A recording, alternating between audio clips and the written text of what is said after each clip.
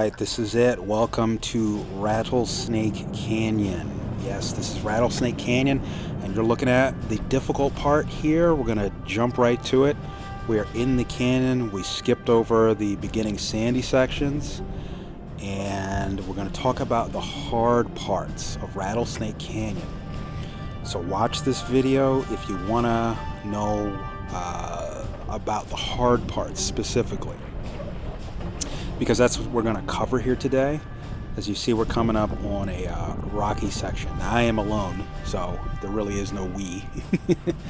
But you'll ride along with me today, and you'll see that you can do this solo, and you can do it in a vehicle that's not lifted. We are in a 2021 Lexus GX 460, excuse me. And this is a first rocky section. Now, disclaimer, please remember, the cameras make this trail look flat. This is not a graded dirt road with pebbles in it. This is Rattlesnake Canyon. So these rocks are way bigger than they look, and I'm getting out here to walk the trail. And that's essentially what I'm going to be doing here, and what you want to do if you don't have a spotter. Again, we're doing this trail, no lift, no lockers, no air down, and no spotter. So this is called self-spotting, and anybody who off-roads solo, this is what they're going to do. There's a big rock in the way, so take that opportunity to just throw it off to the side. So do that if you need to do it. And here I'm picking my line, and whoa. And be careful that you don't slip and fall while you're throwing rocks off the trail. So I'm picking my line here, and again, these are big rocks, so I have to be careful not to high center. And the technique is going to be what all off-roaders do at any level, and that is to climb over rocks that you cannot straddle. So no matter what kind of vehicle you're in off-road, whether it's a Subaru Forester or a monster truck or anything in between, you're going to have to decide between straddling rocks and climbing rocks. And that's our technique today, and that's the technique that you should use. So when walking the trail, I am looking to see which rocks I should climb versus which rocks I should straddle. So let's go over the vehicle specs here. I think I'm checking for sidewall damage there, which is so something else you want to do. People have ripped their sidewalls on this trail, not paying attention to how close their tires are. So what's on my mind here is I don't want to high center, and I don't want to rip a sidewall. So that's priority in my mind. I don't want to rip a sidewall, and there you see me just climbing a rock, and I don't want to high center. So rocks that I cannot straddle, and there's going to be plenty on these hard sections. You just saw one. I think there's about 5 of them on this trail. So that was hard section number 1. And we're going to continue, and we're going to do all of them here. So hang around to the end so you can see all the spots people get nervous and hung up on. Now, this is rated as a moderate trail. So moderate is the rating, and that's fair. There are difficult sections, and that's what we're jumping right into here as we climb over these rocks.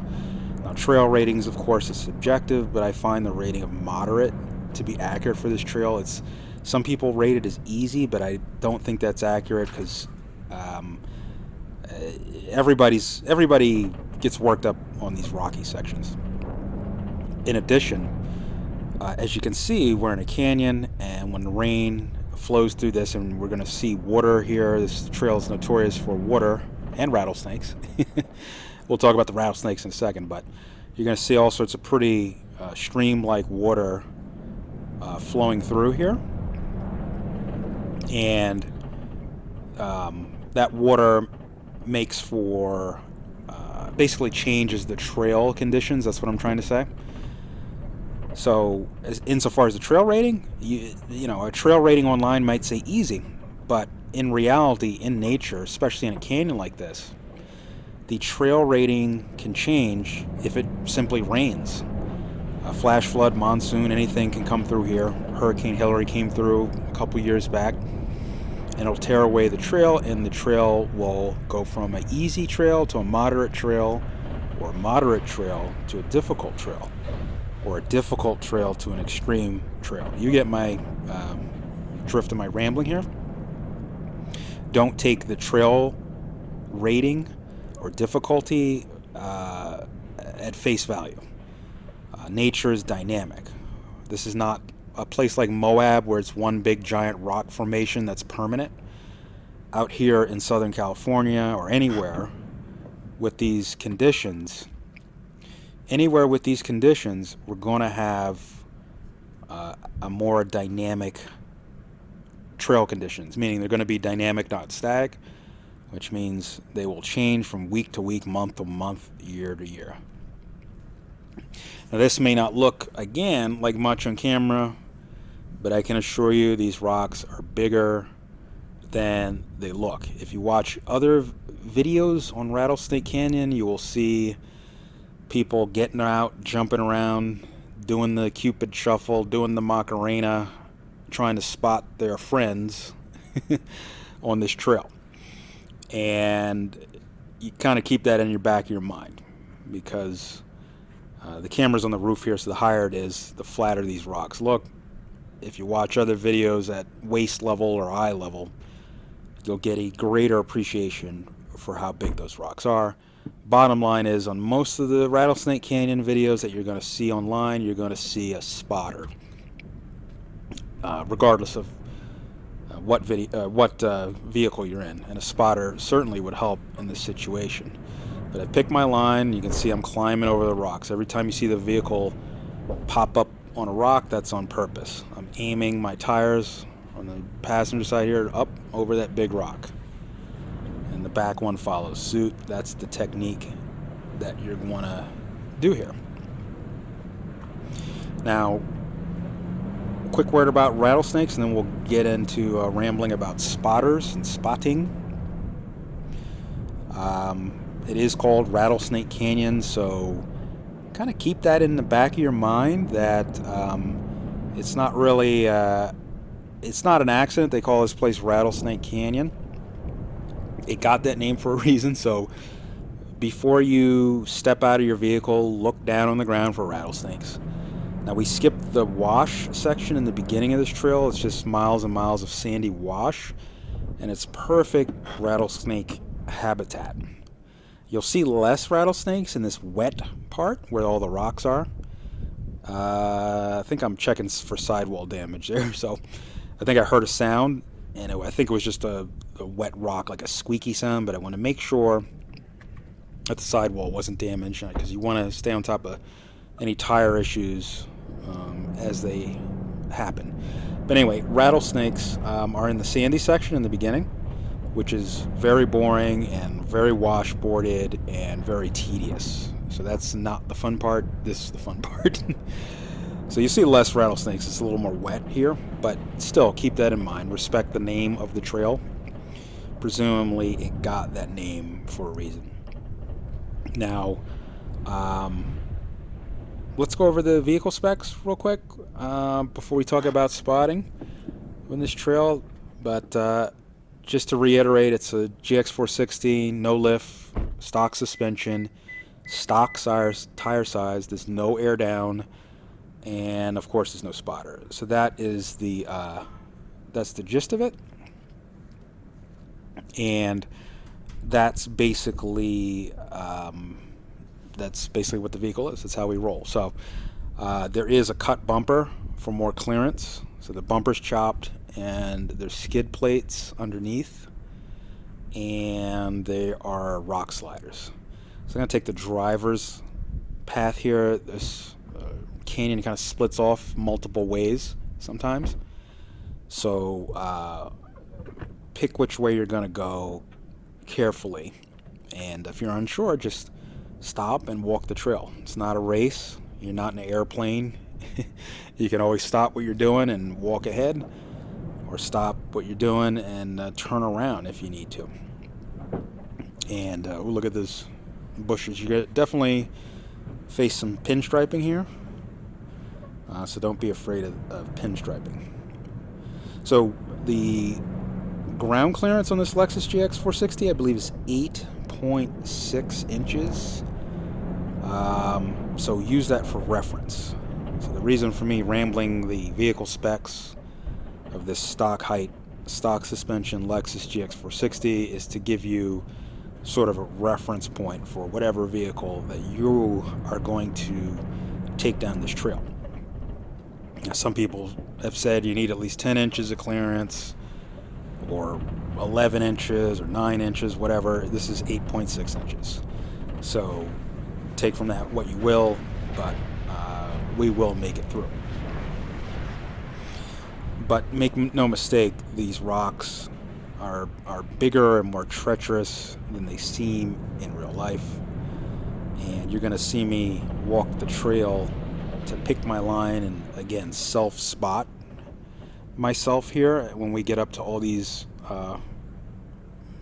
which seem like continual rocky section. Here's one ahead. And so, getting into spotting, make sure, whether you're self-spotting or you have someone spotting for you, make sure both of you, or at least one of you, knows what you're doing. And what I mean by that is just know your basic off-road logic. You see a lot of videos of people off-roading, and there are, no joke, 2 or 3 people in front of somebody's vehicle spotting, and they're all given 3 different directions. They're all jumping up and down, again, flapping their arms like a bird, pointing this way and that way, 3 at a time, yelling conflicting directions. And that's not good spotting. That's chaos.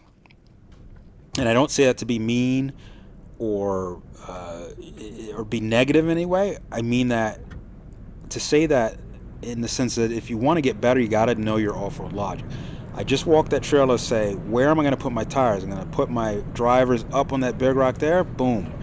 Now I'm going to put the passenger, boom, up on that tire. Okay? That's what I just did. And so mentally, when I walked the trail, I looked at those 2 rocks, I picked the line and said, this tire is going to go on this rock, that tire is going to go on that rock. And so when you have someone else spotting you, that's exactly what you want them to do too.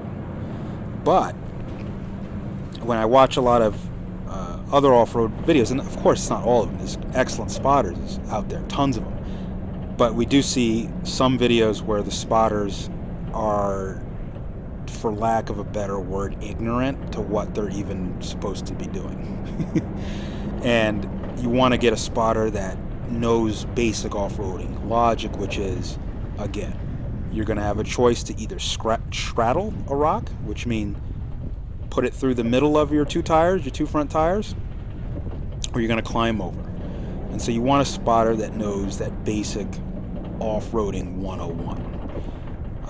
Because again, that's the principle, and it's scalable no matter what we're talking about, no matter how big or small the vehicle is, as mentioned. When you see giant lifted Jeeps on giant boulders, a good off-roader in those large vehicles will follow the same exact principles of climbing and straddling. So you want your spotter to be on the same page. And if you're new to off-roading and you don't know those principles, that's the basic principle, and you want to be aware of that. So I think I've rambled enough about that, but I do think it's important because it could be a safety issue. If you have erroneous spotters or spotter advice, or multiple spotters, just yelling at everything, anything and everything all at once. it doesn't make for a confident driver. Nobody learns anything. The spotters don't learn. The driver doesn't learn. And it's not a good thing. The good news is you can do this sort of spotting yourself, and you don't need a spotter to do it for you. In other words, I'm trying to say that if you do it like I'm doing here in this video, you will learn a lot if you just simply take the time to walk the trail and quote-unquote pick your line. I'm going to put a tire up on that rock. Boom. So if you think this trail is easy, I'm still going to say that it's moderate. And if you think these rocky sections are, oh, those are just a few pebbles, I can just sail through. Again, I must reiterate that that's not the case. That's simply the camera flattening it out. So after you watch this video, I suggest you kind of cross-reference this. In other words, watch a couple other YouTube videos on Rattlesnake Canyon here on these same rocky sections I'm showing all in this video, and watch from an outside camera's perspective, and you'll see the difference. Until then, take my word that a spotter helps in these situations, and walking the trail helps this situation. All right, enough about spotting.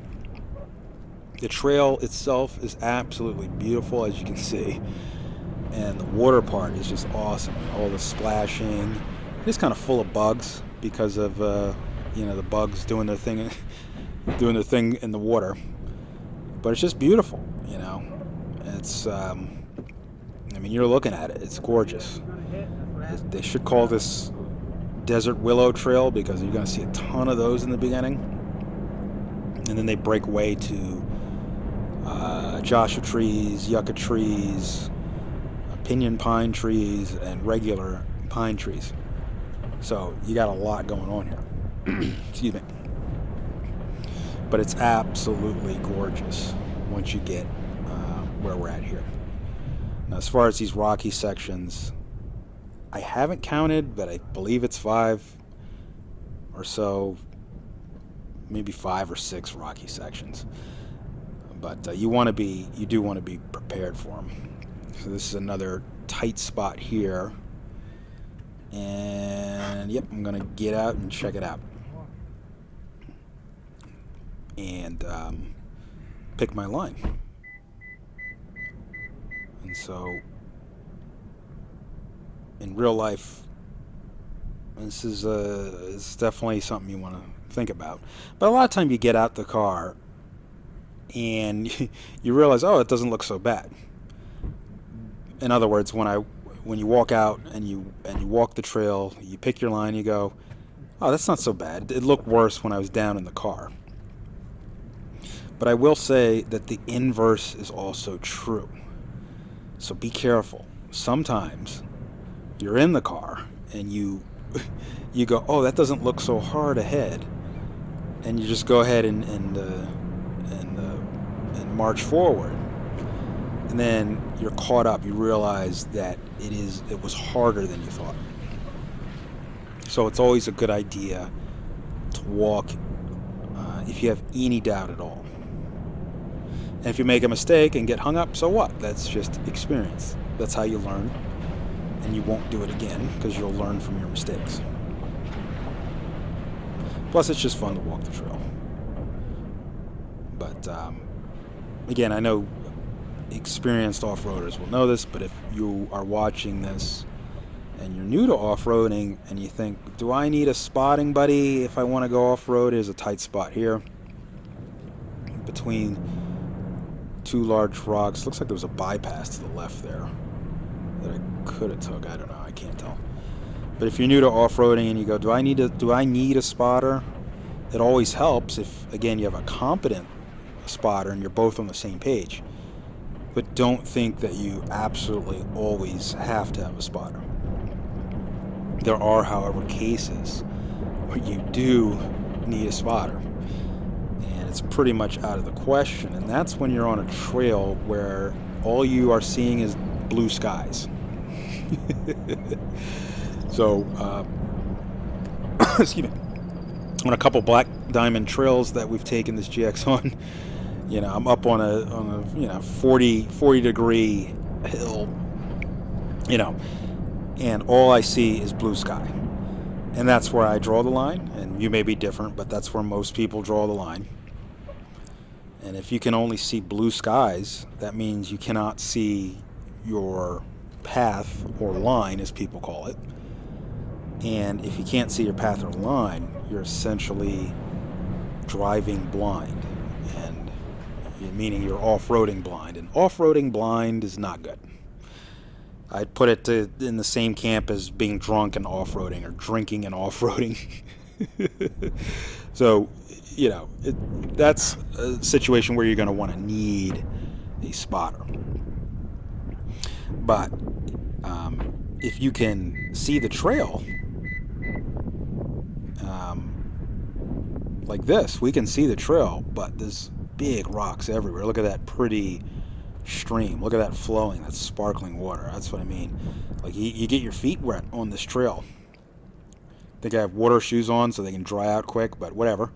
However you roll, if you stick your feet in there, you're going to get wet. So it's, I'm rambling about the sensory experience on this trail, but it is there.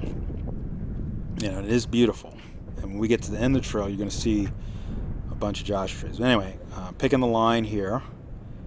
And this is tight, and these are big rocks. They're not little rocks, and it's not wide open. And up she goes. Probably got some skid plate action going on, but that's what skid plates are for.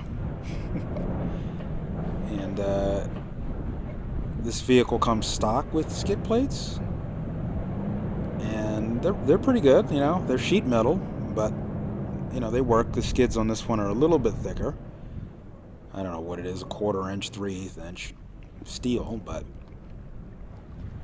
most cars these days come with skid plates. But just take your time and pick your line, and you'll squeak through without any issues whatsoever.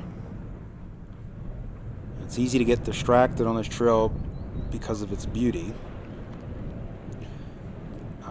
but just respect the few rock challenges, and you can do A-okay. And if for some reason you think it's boring, you get here in real life and do it, and you go, this is nothing, there are a few offshoots. So don't be discouraged if this trail is beneath your skill level. There's a series of different paths and offshoots that are more rockier that you can take. But insofar as what most people are going to do, they're going to take the path that we're seeing here. So let's talk about the reference vehicle. And again, that's the Lexus GX 460. I'm a proponent of the stock setup, so this vehicle is as stock as possible. In other words, there's no lift, no different shocks or anything like that, no air down, no locker, though we do have the center lock because this is full-time four-wheel drive. So center locked on this just means regular four-wheel drive, but there's no front and rear lockers because the A-Track system in this thing works phenomenal. And that is a locker simulator. And yes, it is excellent. Yes, we've tested it. It works. It's been around for 20 years, over 20 years, on Toyota Land Cruisers and 4Runners and everything else. There's a big rocky section here, and it simply works. It acts like a locker. It behaves instantaneously. And best of all, mathematically, it can send more torque to the wheel that has traction versus a locker. So, for instance, on any one axle, a locker is going to split the power on one axle 25 and 25. So whatever axle, let's talk about the front. So it'll send 25 to the driver's front, 25 to the passenger front for a locked vehicle. With an A-track vehicle like the vehicle we're in now, it can send up to 50% to the wheel that is on the ground with traction. So mathematically, A-track sends more power to the wheel that actually can do something. Now that's something that's just mathematically valid, and Toyota engineers have tried in vain to explain that to their customers.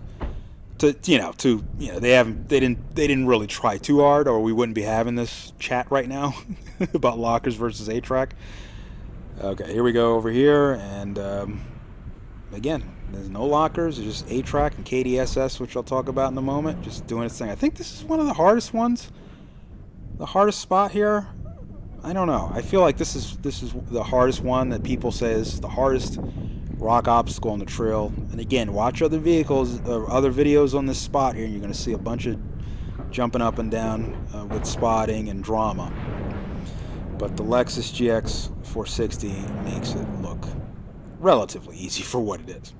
So back to A-track, it just works, and Toyota's tried to tell people for years, hey, it sends more power than a locker to these wheels, and it works instantaneously. There's no delay, there's no stuttering, there's no, oh, it needs to figure it out, all that prattle. It's just not true. It works. The system works. You just saw it. But enough about that. And more important than lockers or A-track is the articulation in this vehicle is excellent because it has front and rear sway bar disconnects. So the GX 460 has the KDSS system, which disconnects front and rear. So honestly, the wheel, I don't know, we probably only lifted a wheel off the ground once on this trail, and you might have just saw it back there, another tight spot here, and that's it. Otherwise, the articulation is so good because of the sway bar disconnects on the GX that the tire maintains contact with the road. And as Toyota says, if the tire's on the road, you don't need lockers or A-track, because at the end of the day, lockers are traction control and A-track is traction control. You know, it's just traction aids or traction helpers, but you don't need any traction helpers at all if the tires maintain contact with the road. And that's what KDSS does, and that's what allows this vehicle, again, stock height vehicle with stock tires, to make it through this trail, no problem. So there I am picking my line. Speaking of tires, we're on BFG KO2s. Stock size, they're just KO2s.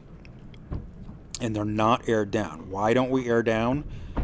This trail, you don't need it. There's no soft sand. Well, there is soft sand in the beginning, but I knew we were going to get to this rocky section. The sand is soft, but it's not that soft. You can make it through just fine. Just keep your speed up. Look at these rocky sections here. This might have been one of the harder ones. I don't know. They're all starting to look the same to me. But she gets through. But take your time. When in doubt, check it out. There's no air down because the tires don't starve for traction on this trail. Airing down for traction, which lengthens your tread pattern, is great for mud and is great for soft sand. But this firmer, rockier stuff, you don't need to. Sure, you could do it if you want. Do it if you want, but you know, you don't hear any tires spinning here. You don't see the vehicle struggling. If the vehicle is going slow, it's because I'm telling it to go slow, which means it's working. There's no traction issues. With that said, the BFG KO2 is just an all-terrain tire. It's not some miracle tire. It's not going to add, 80% more grip off-roading. You know, the truth is, all-terrain tires add about 10% traction, if that, maximum, in all situations, but primarily soft sand. The big benefit of all-terrain tires, such as these BFG KO2s, but especially the BFG KO2, is their toughness. So the thicker sidewalls, all that stuff, it's a tough tire. So the BFG KO2 has a funny name, corny name, the Baja Champion, but it is the Baja Champion. It won the race, and that's a tough desert race, and we're out here in the desert. And so we use BFG KO2s simply because they fit the environment we're in. Now, if you live in a snowy, wet environment, they were never really designed for that, and that's not what an all-terrain tire really is supposed to be. But specific to the BFG KO2s, The benefit of them and the purpose, the whole reason they were designed was for desert use. What you see here, dry, rough, rocky, UV. They're excellent at UV resistance. We don't garage this car, so the tires bake in the sun constantly, and they hold up. So think of the KO2s as a desert tire, but they're not a replacement for skill. No aftermarket anything is a replacement to skill. And speaking of aftermarket stuff, I mentioned we're on stock suspension, which in this GX 460 is Tokiko, which is an excellent company. So GXs come with Tokikos and or KYBs if you get one with AVS right out of the box. So you already got, quote, aftermarket shocks, though most people think of changing the shocks as an upgrade, but we love these Tokikos. We blasted these things off-road continually since brand new and not a leak. They work perfectly. Why? They're Tokikos. They're not Mickey Mouse shocks. They are specifically designed and tuned for what this truck is supposed to do, which is what you're seeing here. And they work phenomenally. So take caution before you quote-unquote upgrade your off-road vehicle. Make sure you're not putting Chinese junk on it while taking your good Japanese stuff off of it. I will say this, the last thing on my mind on this trail is my shock absorbers. I could care less about what the shocks are doing right now. So shocks are a little overrated in my opinion. They're doing nothing to help me get through this trail. Tokikos or Fox or KYB or Bilsteins or any shock you want to name, Old Man Emo is not doing a darn thing here. What's important here is the thing that you can control, which is your own driver skill. And that's going to involve you having to get out in the real world here and face these challenges. And what you'll find 9 times out of 10 is that you just needed to improve your skill. The common denominator, the common weak point in off-roading is skill and practice, not any aftermarket product that you can glue onto your car. Off-roading is what you do. It's not what you drive. Say it again. Off-roading is not what you drive. Off-roading is what you do. My favorite off-roaders on YouTube are people who drive and off-road all-wheel drive vehicles like Subarus and Hondas, those Honda Passports or whatever it is. Not a Passport. I can't think of the thing. The 4x4 all-wheel drive Honda thing. A little crossover 4x4s and Subarus. There's people off-roading Toyota Yaris's, Mazda Miatas, another tight spot here. And I love watching those videos because they go places in those quote-unquote lesser vehicles. Maybe this is one of those tight spots. I forget. I'm losing track. But anyway, pay attention here if you're still interested in the trail versus my rambling. Picking my line. I didn't even get out and walk that one. Yeah, that might have been one of the hard spots. I'm sure it is. But I love watching those guys in the quote lesser vehicles because they cannot rely on lifts and lockers and light bars and all the aftermarket crap that people think makes them a better off-roader. Now, does lifting have advantages? The bigger tires, of course. But there's also disadvantages, and you have to weigh that in. And one of the biggest disadvantages of modding your cars is it masks your skills. In other words, it can hide your skills or specifically lack thereof skills. And so I always recommend, no matter what vehicle you're in, get out there in its stock configuration and see how far you can get. Then adjust as necessary.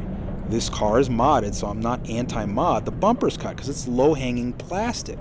And when we were doing this and we took this trail, yes indeedy, in a stock, 100% bone stock, when we got this thing brand new, we took this on this very trail bone stock and we kept scraping the bumper and scraping, bashing the side, little plastic side steps on it. So those are the things we deleted.